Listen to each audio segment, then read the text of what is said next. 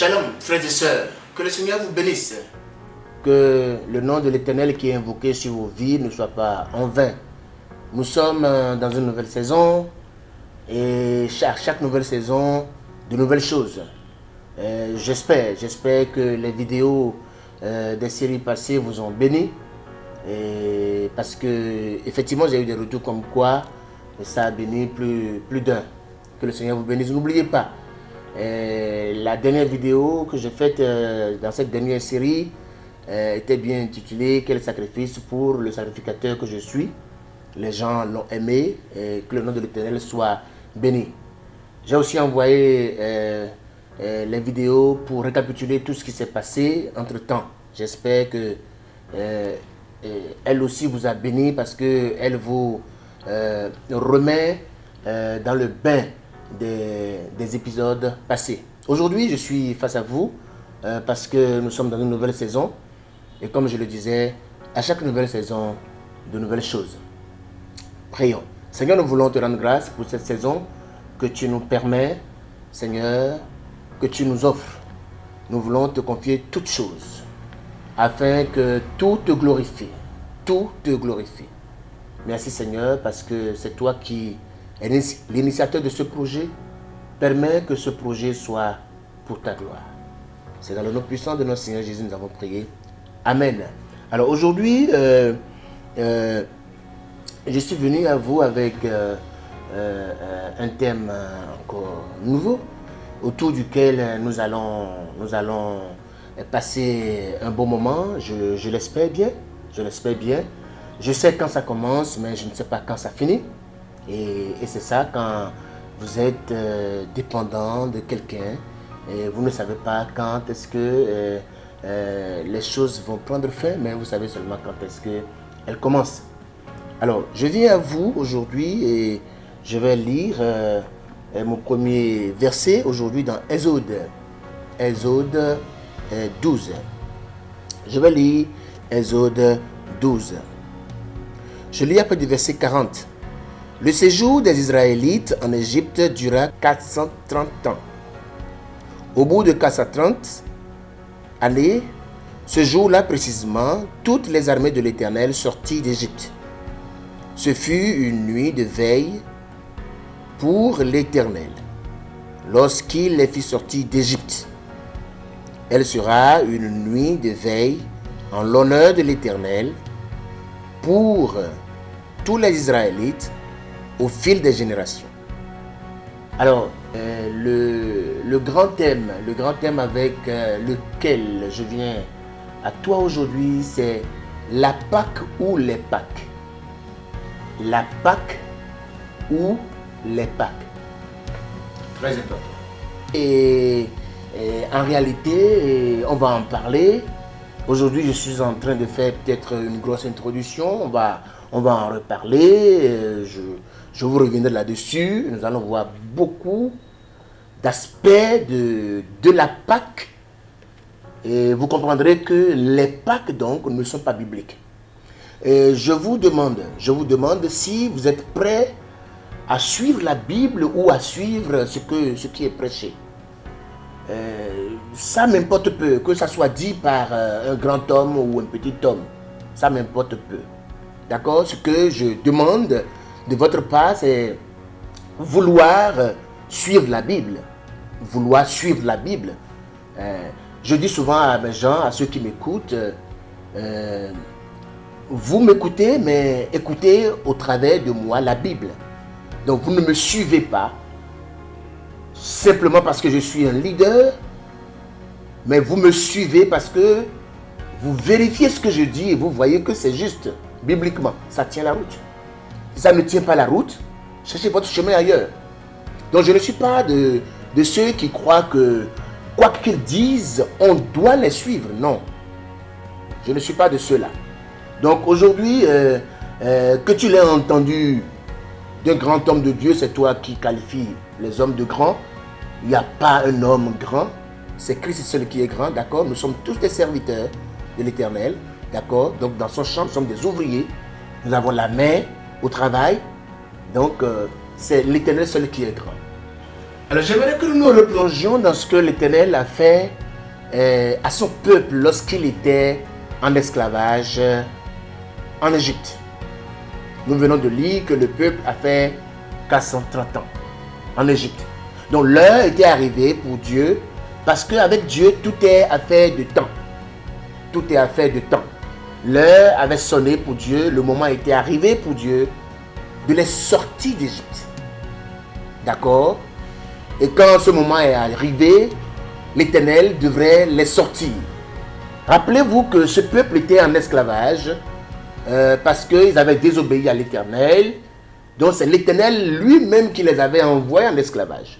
Donc quand le moment est arrivé pour l'Éternel de les sortir, l'Éternel aussi avait usé de tous les moyens. De tous les moyens pour les sortir. Gloire à Dieu, très important. Alors, donc le jour était arrivé. Donc c'est un jour particulier. Le jour là où il devait sortir le peuple d'Égypte, quelque chose devait se passer. Il va leur dire, vous allez prendre un agneau et vous allez le tuer. À un moment précis, vous allez mettre le sang de l'agneau sur les linteaux des maisons sur lesquelles vous serez. Vous allez rôtir cet agneau et vous allez le manger à la hâte et vous sortirez d'Égypte. Donc, cet agneau qui sera immolé est la Pâque. Vous n'allez jamais voir dans la Bible les Pâques. Maintenant, il y a des gens qui ont édité des Bibles pour eux-mêmes ou pour leurs fidèles. Donc, dans ces Bibles-là, dans ces éditions-là, ils ont mis les Pâques qui n'a pas du tout les mêmes rapports. Je vais dire la même compréhension de la Pâque qui est biblique. Très important. Donc, le jour-là où le peuple de Dieu devait sortir d'Égypte, un agneau a été immolé. Cet agneau, c'était une image de Christ qui allait mourir. Donc la Pâque n'a pas du tout une interprétation comme quoi c'est la résurrection. Bien sûr, Jésus est mort, il est ressuscité. Mais non, la Pâque, parce que les gens donnent à la signification des Pâques la résurrection. Non. La Pâque, c'est la délivrance. Je vais vous lire ça. La délivrance du peuple d'Israël d'Égypte. La sortie du peuple d'Israël d'Égypte. La délivrance du peuple de l'Est qui est resté 430 ans en esclavage. Il est très important. Je vais donc le lire pour que vous puissiez comprendre ce que je dis. Alors, je lis à partir du verset 25. Une fois entré dans le pays que l'Éternel vous donnera conformément à sa promesse, vous observerez ce rite. Et lorsque vos enfants vous demanderont que signifie ce rite pour vous, vous répondrez, c'est le sacrifice de la Pâque, jamais avec S, de la Pâque, en l'honneur de l'Éternel. En l'honneur de l'Éternel, qui est passé par-dessus les maisons des Israélites en Égypte, lorsqu'il a frappé l'Égypte et sauvé nos familles.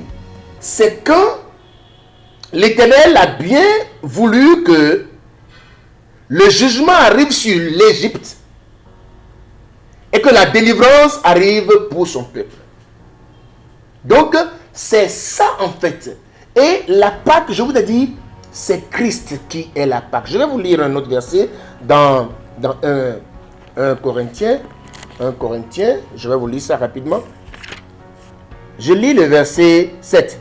Purifiez-vous donc du vieux levain, afin d'être une pâte nouvelle, puisque vous êtes sans levain. En effet, Christ, notre agneau pascal, a été sacrifié. Christ, notre agneau pascal, a été sacrifié. Donc Christ est la Pâque. Christ est l'image de cet animal qui a été immolé en Égypte pour permettre aux enfants de Dieu de sortir d'Égypte, de sortir de l'oppression du Pharaon. de sortie des travaux forcés. Donc, nous sommes dans cette période. Et la Pâque, frères et sœurs, si vous savez que c'est Christ qui est la Pâque, la Bible aussi a dit quand est-ce que la Pâque doit être fêtée. Oui, la Bible a dit quand est-ce qu'elle doit être fêtée. Mais avant que je ne parle de quand est-ce qu'elle doit être fêtée, je vous parle du jugement que l'Éternel amène pendant la Pâque même. Quand la Pâque a été immolée, quand ils ont mangé cet animal rôti, quand ils ont mis le sang sur les linteaux, la Bible déclare qu'ils devraient sortir d'Égypte ce jour-là. Cette nuit-là, je parcourais l'Égypte et je tuerai tous les premiers-nés du pays, hommes ou animaux. Je mettrai ainsi à exécution mes jugements contre tous les dieux d'Égypte. Je suis l'Éternel. Vous, en revanche, le sang servira de signe sur les maisons où vous vous trouverez. Je verrai le sang et je passerai par-dessus vous. Il n'y aura pas de fléau qui vous détruise quand je frapperai l'Égypte. Voilà. Donc, au même moment où l'Éternel est en train de juger l'Égypte et les dieux d'Égypte, au même moment, en ce même moment, il est en train de délivrer et de préserver ses enfants. Très important.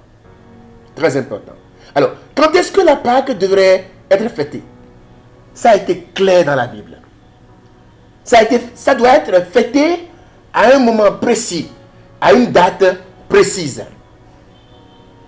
Et là, je vais peut-être être bizarre pour d'autres, parce que je vais dire une date que tu n'as peut-être jamais entendue. Je vais parler d'un mois.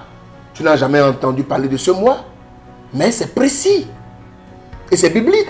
C'est en cela que je demandais, si vous ne voulez pas suivre la Bible, ça c'est autre chose. Mais si vous voulez suivre la Bible, que vous ayez entendu le faux message sur la Pâque toutes ces dernières années, et que le Seigneur vous permette d'entendre le message aujourd'hui, vous devrez choisir fêter la Pâque. Et non fêter les Pâques qui a un autre sens. Très important. Gloire à Dieu. Donc je vais lire le verset 18 rapidement et on va voir. Le verset 18 dit, le verset 18 de Exode 12. Le 14e jour du premier mois, le soir, vous mangerez les pains. Le 14e jour du premier mois. Donc il y a un mois biblique qui est appelé premier mois. C'est son 14e jour. Toujours. Toujours à son 14e jour au soir. C'est le jour de la célébration de la Pâque. Toujours le premier mois biblique, donc le premier mois du calendrier biblique, à son 14e jour. C'est le jour où nous devrions célébrer la Pâque. Pourquoi est-ce qu'il est important de célébrer la Pâque comme l'Éternel l'a demandé? Parce que c'est une fête en l'honneur de l'Éternel. Imagine que tu veux célébrer une fête en l'honneur de l'Éternel. Je vais revenir sur ça. Je vais revenir sur ça, oui, et dans les vidéos à venir. Et tu célèbres cette fête-là un jour où l'Éternel n'a pas demandé qu'on la fête. Ce n'est plus en l'honneur de l'Éternel. C'est en l'honneur de quelque chose d'autre ou de quelqu'un d'autre. Donc, c'est précisément le 14e jour du premier mois. Le premier mois est appelé le mois de Nissan. Le premier mois, c'est le mois de Nissan. Donc, c'est toujours les 14 Nissan. On ne t'a pas dit c'est un dimanche. On ne t'a pas dit c'est un lundi. On ne t'a pas dit c'est un mardi. On ne t'a pas dit c'est un mercredi. On te donne une date. Et à cette date, tu fêtes la Pâque. Pourquoi c'est important de fêter à la date normale? Parce que c'est une fête en l'honneur de l'Éternel. En l'honneur de l'Éternel. Très important. Alors, je vous aurais fait une grosse introduction. Je reviendrai là-dessus sur certains aspects de la Pâque. Donc, je ne parlerai jamais des Pâques. Alors, je vais dire ceci avant de finir. J'espère que vous allez partager comme d'habitude les liens pour que les gens puissent être au contact de la parole de vie. Alors cette année, cette année. Quelqu'un est en train de se demander, mais le pasteur est en train de faire l'introduction, mais il n'a pas donné le jour de la célébration de la Pâque de cette année. Le 14 Nissan de cette année correspond au 5 avril. Le 14 Nissan, où tu dois fêter la Pâque, où je dois fêter la Pâque, correspond à la date civile du 5 avril 2023.